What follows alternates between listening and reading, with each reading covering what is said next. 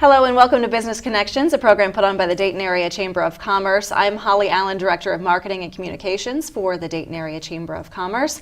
And I have two special guests with me today. In this past November, we saw a lot of change with the election, a lot of different elected officials coming into office. But one of those congressmen had actually been in office for a few months and had to rerun for the election, and that was Congressman Warren Davidson. He took Boehner's place. Speaker Boehner stepped down from the House, and then in June, you took over and have a few months under your belt, and then you had to run again. So we're here to talk with Congressman Davidson about his experiences coming into office and what sort of priorities he has ahead of him. So welcome. Thank you for being with me. Thanks for having me. And I also have my colleague here, Chris Kershner, who's the Vice President of Economic Development and Public Policy with the Dayton Area Chamber of Commerce, for a little insight from our point of view. Thanks for being with me, Chris. Thanks, Holly.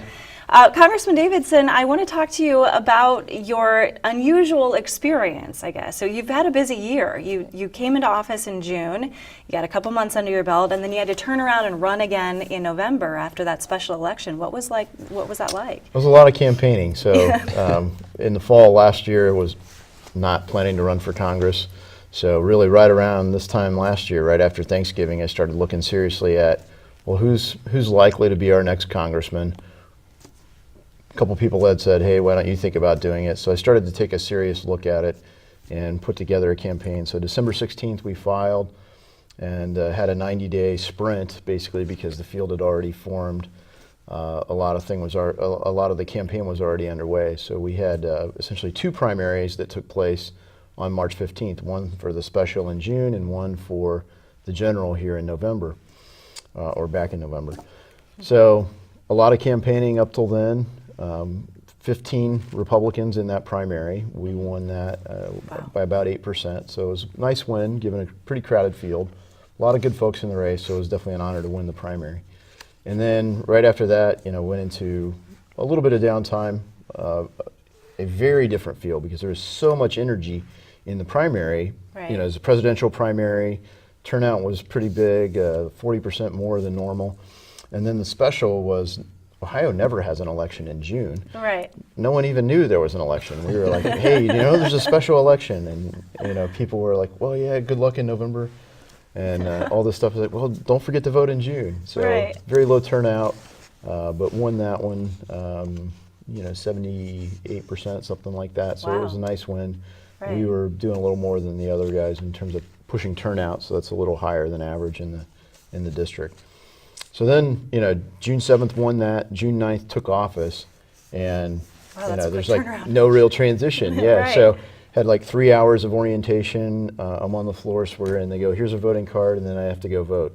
Wow. So it wasn't like the normal path where people that won on November 8th right now have a transition until January 3rd. They'll swear in on January 3rd. Right. So you got to find a way to build a team, hire people, have somebody present in the offices to answer the phones.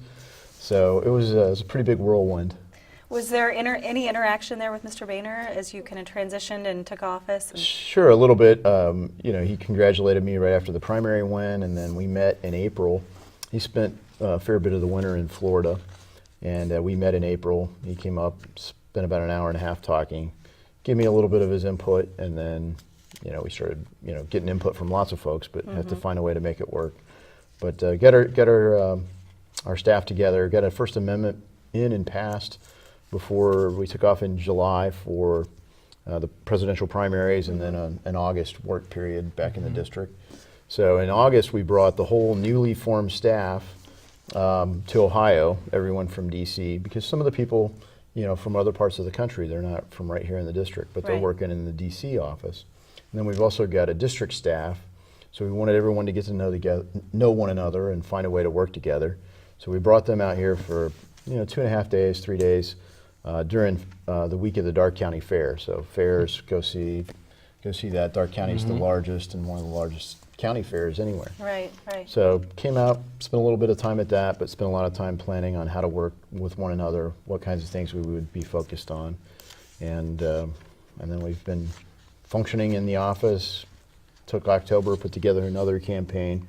and had good success on November 8th. So a little bit of that, looking forward to really being focused on Right. policy side right now. You've had more than your fair share of campaigning, that's for sure. Well, for first year, sure. Yeah. Can you tell us that as you were traveling around campaigning, I'm sure you got to know your district pretty well, District 8. Can you tell us about what you know about the district you're representing? Well, yeah, so there's a little over 700,000 people, about 725,000 people in a congressional district. So, you know, it's not possible to get to know all of them, but it's a pretty diverse district. I mean, it's all ring counties, so there's not, you know, an urban core like Dayton or Cincinnati in it, but with some solid sized cities, Springfield, Middletown, Hamilton. Those are some of the larger cities, but some growing, you know, big growth in Westchester and Liberty Township. Absolutely. Great education. We've got Miami University, we've got Wittenberg, we've got Clark State, Edison State, some great high school programs, but some unique approaches like Butler Tech. So, you know, when you talk about workforce, there's a lot of resources out there. And then just phenomenal employers, a lot of great strength in the economy. Manufacturing is big and growing and healthy. And ag, we've got a really nice ag, the second largest poultry producer in the country. So we've, you know, big in eggs, big in poultry, in Mercer County and Darke County in particular. So it's a nice, strong overall economy, a lot of great families, a lot of great people. And then some of the same challenges that people have in the midst of good success. You know, probably everybody would remember, locally would remember this 7-year-old boy who police picked up in Franklin, Right. Which isn't in our district, but, you know, just selling a teddy bear for food. And here in the midst of a reasonably, this isn't an incredibly poor area, but we have pockets. And so some of that's out there, taking a tour of Medicaid facilities, talk to people that are really very burdened by the heroin crisis. That's one of the big surprises. It's not just a urban, rural, rich, poor, doesn't break down by race. It's a real challenge.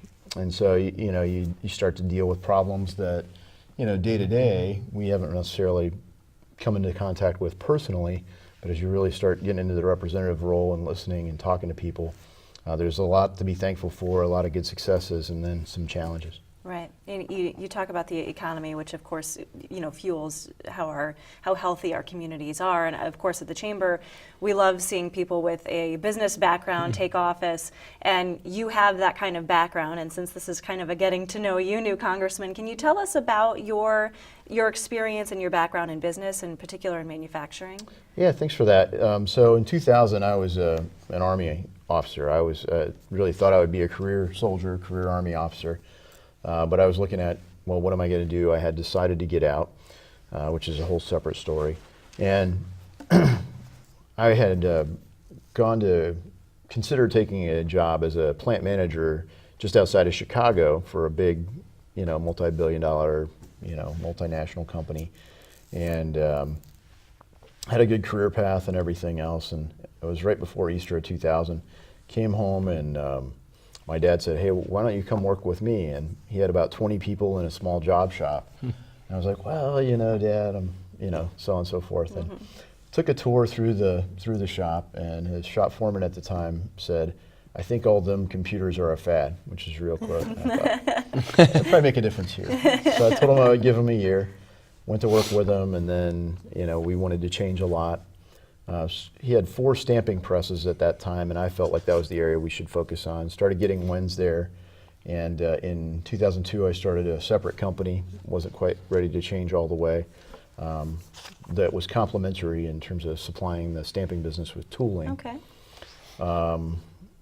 Then I went and picked up an MBA from Notre Dame and bought my dad's business from him. Started a couple others, bought a couple others, and just kept growing little by little. So a real entrepreneur. Kind of. A little bit, you know, some with the startups, some with acquisitions. Yeah, absolutely. Chris, can you talk a little bit about why we believe it's so important to have people, business-minded folks who have real experience in the business world, to have elected positions? Yeah, absolutely. I mean, as you know, Holly, and as Congressman Davidson knows, we're a business organization, so we are advocating for the priorities of the Dayton area business community. We are advocating for the priorities of our 2,600 members when I'm in Washington, D.C. or when I'm in Columbus. And when you have somebody there who is friendly to your business community, who knows your business community, doesn't mean that they're going to support or they're going to oppose everything you want them to support or oppose, but somebody who already knows the issues and knows the challenges that business owners face on a regular basis makes my job a lot easier. It makes my job a lot easier, and it makes it easier because we view that person as somebody who is knowledgeable of the industry. And by the industry, I mean the business community as a whole in Washington. And having somebody like Congressman Davidson there who knows that business owners are putting all the risk out there, knows that entrepreneurs are putting their life savings on the line so that they can make payroll and employ another person for the next day. And he knows the political capital that it takes for business owners, that the time they give up with their families to help their businesses succeed. Having somebody there with that background, that knowledge, is extremely important to us because they know the issues already going in. And when we are going to talk to Congressman Davidson about our issues, he's hopefully already knowledgeable about some of those challenges. Would you say that's fair? Do you think that experience will stick with you as you? Oh, absolutely. I mean, when I got there, we've done the number of people that don't truly understand even a balance sheet. I mean, there are members of both parties that have convinced themselves that deficits don't matter, and running a business is a really good way to find out that deficits do matter. Right. And I don't think governments are immune to that. Just signing the front side of a paycheck as an employer is a big deal, as you alluded to, and the number of members of Congress that have done that is small. Really, trade is important. It's a very important part of our economy and the strength of our economy. And so we've been on, we've participated in, we've shipped products all over the United States, into Canada, into Mexico. Picked up a recognition from Governor Taft when he was governor for export excellence. So being able to export from Ohio, and that's one of the great strengths of our region because we have such a great transportation infrastructure and a great workforce that we can be productive right here and ship to a lot of places. So our companies were able to ship into Mexico, and learning about that theoretically is really different than having lived it and done it. And so I think that'll carry over and be valuable.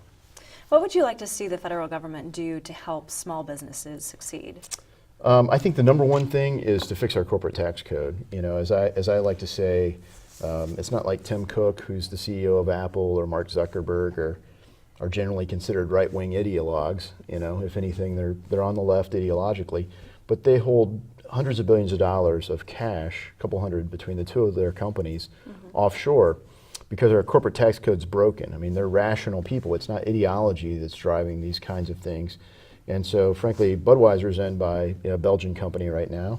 And before, some guy in Dublin owns McDonald's and Coke because they have a lot of foreign revenue.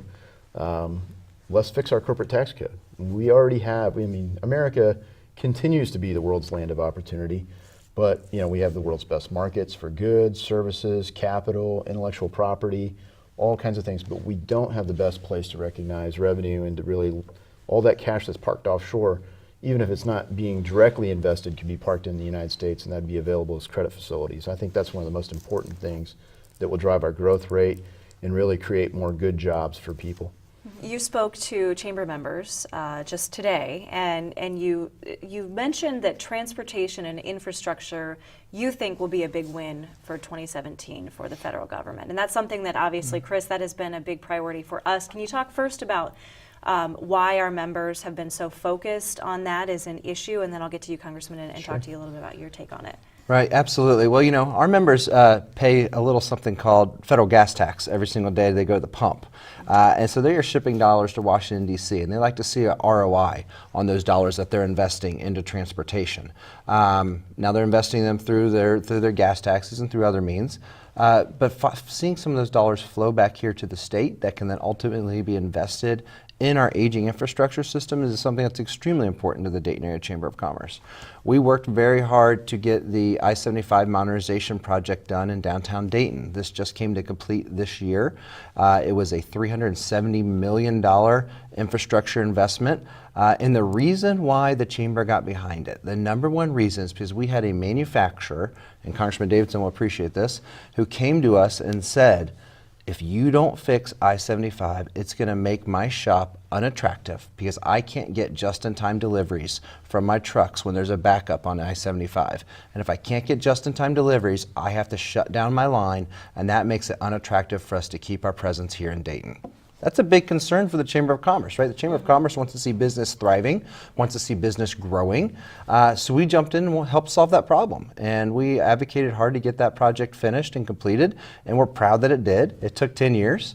And there was a lot of orange barrels out there, but we're glad it's done now. And we're hoping those goods and commerce can be flowing a lot smoother now.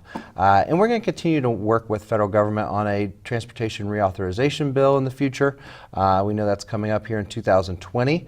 And we want to work closely with them to make sure that that budget is made solvent and continues to be whole, and those investments in our aging infrastructure stay there. Because that's really one of the things that we feel makes this country great is our efficient and effective transportation infrastructure system. But you got to keep investing in it. You know, if you let it rot and you let it crumble, then it's not going to be an asset anymore. It's actually going to be a detriment. And it'll be a detriment to the business community when their employees can't get around, when their folks can't, when businesses can't receive or deliver those goods they need to deliver. It can be hurtful, so we need to continue those investments. So it's probably music to your ears that Congressman Davidson said he thought that this would be a big win for the federal government, that it wouldn't be much pushback, I guess, on this topic. Can you talk a little bit about why you believe that and why you think it will be easy to get some investment going? Sure. Yeah. One is President-elect Trump campaigned on it, so it's a big deal to him. And two is Harry Reid is gone from the Senate, so the prospects of getting anything done in the Senate are going up because he's gone. Charles Schumer is the new Senate Minority Leader, or will be the new Senate Minority, presumably. And he has talked about the importance of doing transportation. So there's a building consensus as part of the way to do that is to deal with what I talked about earlier with the amount of cash that's offshore and allowing some of that to be repatriated and to take those tax dollars that come in from this, you know, not all $2 trillion will flow back, but if a significant portion comes back, you know, you can look at the math and say, hey, there's a lot of money that's going to be available if you spend part of that money for transportation. And we already spend money as federal government on transportation, so this is a supplemental way to do it. There's a bunch of creative ways to say, you know, what are we going to do with that? That'll be a policy debate.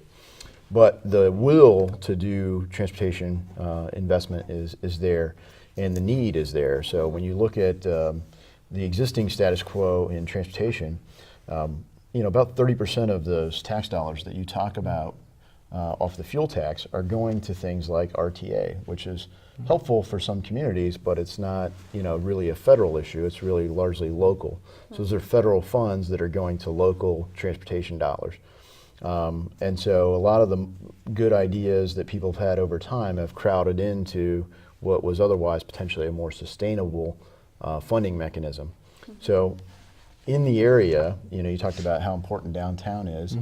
You know, I think in this area, particularly with I-70 and I-75, east-west, north-south, you've got an ability to reach most of the U.S. market within a one-day move.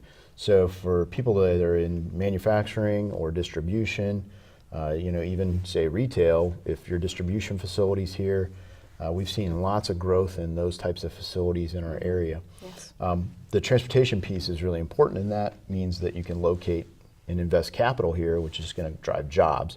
So directly, it's very important to everybody that it's here. And you know, those jobs have multiplier effects that go out, and it drives retail, drives restaurants, drives healthcare spending. You know, all big sectors in our economy.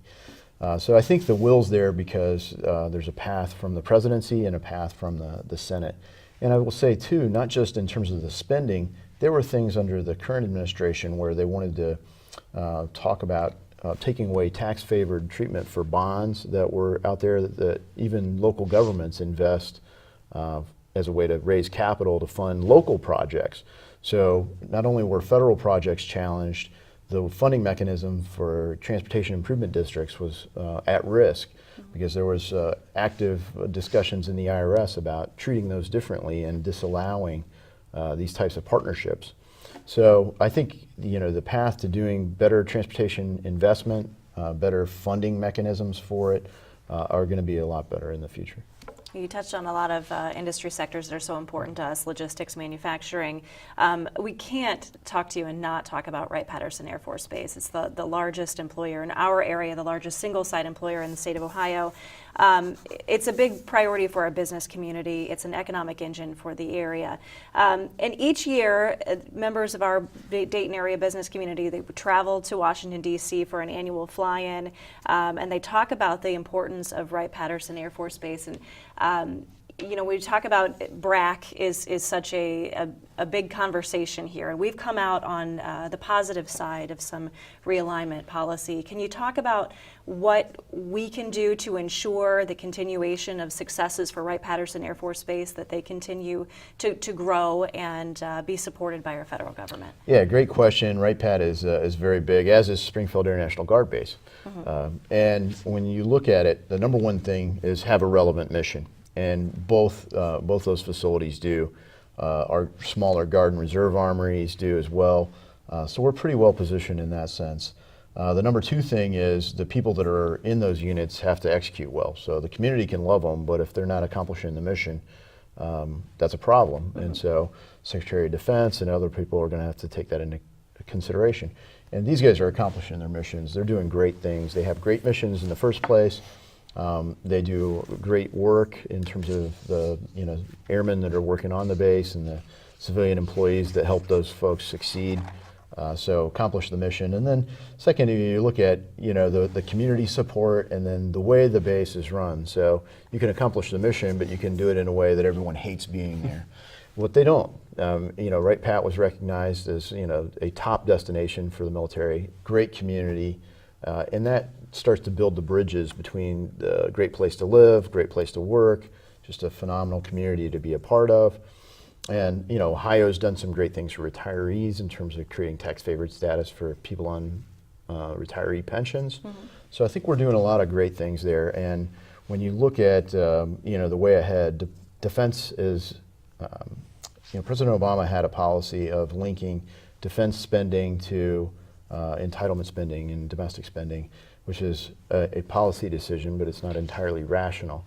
And I think going forward, we'll be able to kind of repair some of the challenges that have been a consequence of that policy. And the other thing is, I think, just getting support directly for the mission. Wright Patterson does so much with procurement. They do so much with intelligence, with the National Geospatial Institute, with cutting edge research with AFRL. All those things are big growth areas for our Department of Defense. They're really vital to the success, not just of the Air Force, but the overall defense mission. And so I feel real optimistic about it, but we'll continue to defend them. In Congress, we've got a strong delegation from Ohio. We're our own region when you look at how we organize as a conference. 16 members, hopefully we can see population growth and hold our own in the next census, because that influence matters out there. We have just a couple of minutes left, but I don't want to let you go before I ask you, Congressman Davidson, about a bill that you introduced in September, keeping with the military topic here. We're very proud to have the Dayton VA here in our region. And you introduced a bill in September that essentially would mandate that Congress get their health care from the VA. Can you talk about that bill, where it stands now, what caused you to introduce something like that? Yeah, thanks for the question. I've had a lot of support from the public, but only one co-sponsor so far in Congress for it. So hoping to up the co-sponsors. We have a new chairman of the committee, so we'll see in the year ahead. Not much is going to happen in this lame duck period for it. So in the year ahead, hopefully we can reintroduce it. The goal is to lead by example. So Congress shall have no other health care benefit than the VA health care benefit. And that would put our members of Congress in line with our veterans, really standing in solidarity, saying, hey, we're here to make sure this gets fixed. Our veterans have earned, and I think the public wants them to have, some of the best health care in the world. And, the Dayton VA is certainly one of the best facilities in the Absolutely. VA. Glenn Costi, in particular, who's the leader of that facility, has been tapped numerous times to help with other facilities that have had challenges. So when Phoenix had their very public crisis a few years ago, Glenn Costi was out there on the turnaround team. when Cincinnati had a very public crisis earlier this year, Glenn Costey went down and helped with the transition team. And the challenges ahead in Cincinnati are certainly greater than the ones here in Dayton. So leadership matters.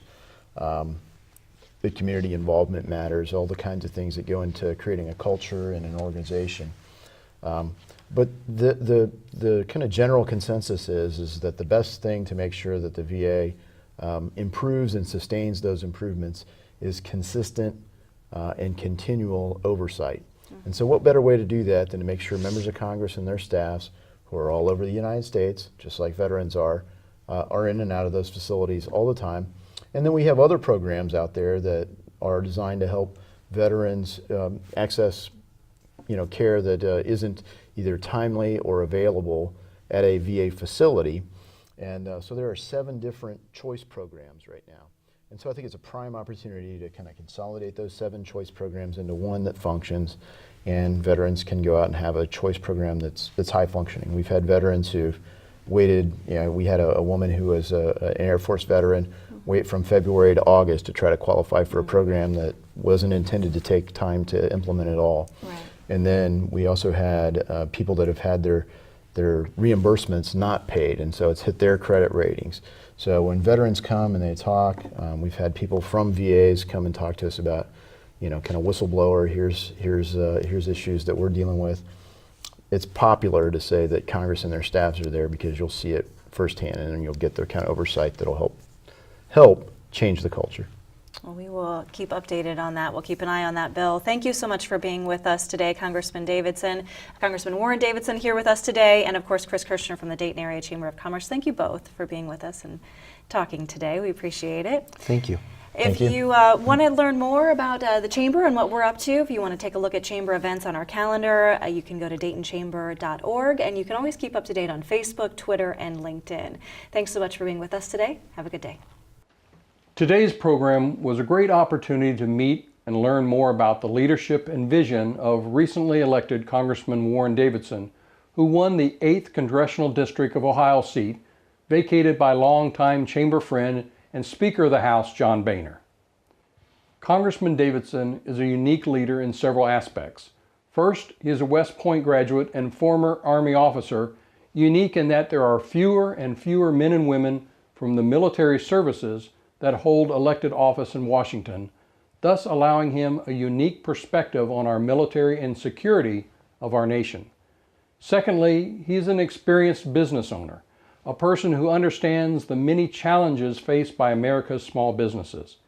This gives him another unique perspective about what impacts Washington has on the Midwest business community and what he might do to help our local businesses grow.